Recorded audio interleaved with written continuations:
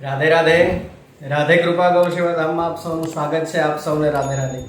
આજનો સરસ મજાનો વિષય છે. જીવનની અંદર બહુ બધી તકલીફો આવતી હોય, જીવનની અંદર બહુ બધી અડચણો આવતી હોય, પણ એ બધાની પાછળનું કારણ એક કે આપણે એની પાછળ ચિંતા કર્યા કરીએ.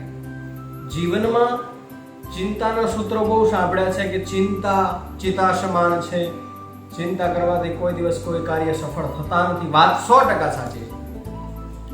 એ જ રીતે માણસ પોતાના કાર્યક્ષેત્રની અંદર પ્રગતિ કરતો હોય અને તે છતાં એને ચિંતા સતાવતી હોય, ઘરમાં સુખ સારું હોય તે છતાં એને ચિંતા સતાવતી હોય, ઘરમાં આનંદ હોય, પરિવાર સારો હોય, કુટુંબ સારું હોય તે છતાં માણસને ચિંતા સતાવતી હોય, સારો વ્યવસાય ચાલતો હોય, સારી પ્રગતિ થતી હોય, સારા માણસો વ્યવસાય ક્ષેત્રમાં લાગેલા હોય સાથે, તે છતાં માણસને ચિંતા સતાવે છે. સારો પાર્ટનર હોય તે છતાં, સારું સુખ હોય તે છતાં ચિંતા સતાવે છે. સાચી વાત છે. રાધે કૃપા ગૌ સેવા ધામ આ ચેનલને સબસ્ક્રાઇબ કરી લેજો. એક માણસ કોઈ દેશની અંદર રહેતો હતો અને દેશની અંદર વિદેશ સાથે સારો વ્યવસાય શરૂ કર્યો અને સફળ થયો. માણસ આગળ વધવા લાગ્યો. આગળ વધતા વધતા ધીમે ધીમે પ્રગતિ થવા લાગી, સારો મોટા માણસોમાં નામ બોલાવા લાગ્યું, સારો પૈસો ભેગો થયો, સારો પરિવાર મળ્યો, સારું સુખ મળ્યું. એક દિવસ એનો મિત્ર આવ્યો અને કીધું કે એક માણસ અમારા શેઠજી હતા, એ શેઠજી ખૂબ રૂપિયો કમાયો, ખૂબ પૈસો ભેગો કર્યો, પણ એ તકલીફ થઈ કે માણસ જતા રહ્યા, મૃત્યુ થઈ ગયું. એ માણસનું બધી સંપત્તિ અહીંયા પડી રહી.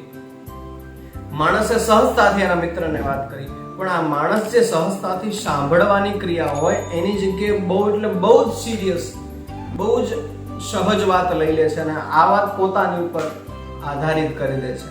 માણસ બીજા દિવસથી વિચારવા લાગ્યો, શું થશે, મારું પણ મૃત્યુ આવશે એક દિવસ, મારે પણ મરવાનું છે, ક્યારે મૃત્યુ આવશે, કેમ થશે, કેમ આ બધી સંપત્તિનું થશે, આ બધા વિચાર કરવામાં માણસ માનસિક બીમાર થવા લાગ્યો, માનસિક રોગી થવા લાગ્યો. માનસિક રોગી ધીમે ધીમે થવા લાગ્યો અને ધીમે ધીમે ખાટલાની પથારીવશ થઈ ગયો, ખાટલામાં પડી ગયો.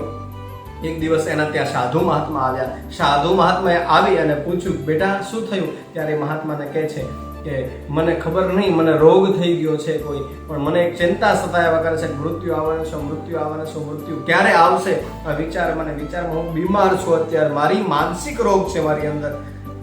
એટલે સંત મહાત્મા સમજી ગયા માણસને માનસિક રોગ છે કે બેટા આની તો બહુ જ સહેલી દવા છે, ખૂબ સરળતાથી મટી જશે તને રોગ. શું કરવાનું મહાત્મા?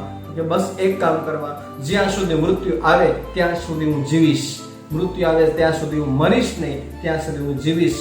આ જ વિચાર 7 દિવસ સુધી તારે રટણ કર્યા રાખવાનો અને હંમેશા જ્યારે મૃત્યુની વાત યાદ આવે ત્યારે પણ આ જ વિચાર કરવાનો કે જ્યાં સુધી મૃત્યુ મારી પાસે આવે ત્યાં સુધી હું જીવીશ, ત્યાં સુધી કોઈ મારું કંઈ બગાડી શકશે નહીં.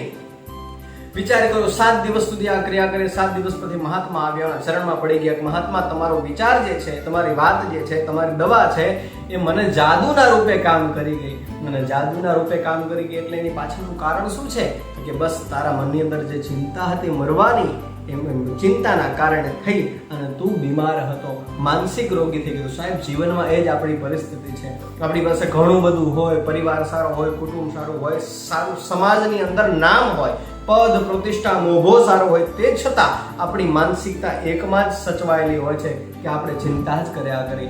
શું થશે, કેમ થશે, ક્યારે થશે, કેમ થશે? કારણ કે આપણે ભવિષ્યમાં જીવીએ છીએ. રાત્રે માણસ સૂવે તો છતાં પણ સવારનો વિચાર, સવારે શું કરીશ, સવારે આ સમયે આ કામ કરવાનું છે, આટલા કલાકે આટલા સમયે આ ઘડિયાળના કાંટે આટલું કામ કરવાનું છે. આ જ વિચારમાં આખી રાત માણસની ચિંતામાં નિંદ્રા નથી આવતી. માટે જીવનની અંદર જે પણ કરો એ વર્તમાનની અંદર જીવીને કરશો તો એ કરેલાનો આનંદ મળશે, એ સુખ તમે ભોગવી શકશો. બાકી ગમે સુખ આવશે જીવનની અંદર, ગમે એટલો વૈભવ આવશે, ગમે એટલો પરિવાર સારો હશે, સમાજ કુટુંબ બધું જ સારું હશે, સુવિધા સારી હશે, મિત્ર સારા હશે, વર્તુળ સારું હશે આપણું, પણ તે છતાં આપણા મનની અંદર જો ચિંતા સતાવતી હશે તો ક્યારે પણ જીવનમાં આપણે ચિંતાના કારણે જે સુખ સામે છે એ સામેનું સુખ આપણાને દેખાશે નહીં, પણ આપણા મનમાં રહેલું ચિંતાનું દુઃખ છે એ આપણાને સુખને વંચિત કરી દે છે. માટે જીવનમાં કોઈ દિવસ ચિંતા કર્યા વગર પોતાનું સરસ જીવન વર્તમાનમાં જીવશો તો તમે એને માણી શકશો. બાકી માત્ર ને માત્ર આવ્યું છે અને જતું રહેવાનું છે, એ જ નિયમ અહીંયા લાગુ પડશે. આપ સૌને આ પ્રસંગ કેવો લાગ્યો જરૂરથી મને જણાવજો. અને રાધે કૃપા ગૌ સેવા ધામ આ ચેનલ સબસ્ક્રાઇબ કરજો, લાઈક કરજો, શેર કરજો અને કોમેન્ટ કરજો કે આપને આ પ્રસંગ કેવા લાગે છે. અને મારી કથાઓ, મારી વાર્તાઓ, મારી પાસે જે પણ છે બધું આપને કેવું લાગે છે આપ જરૂરથી જણાવજો. આપ સૌને રાધે રાધે.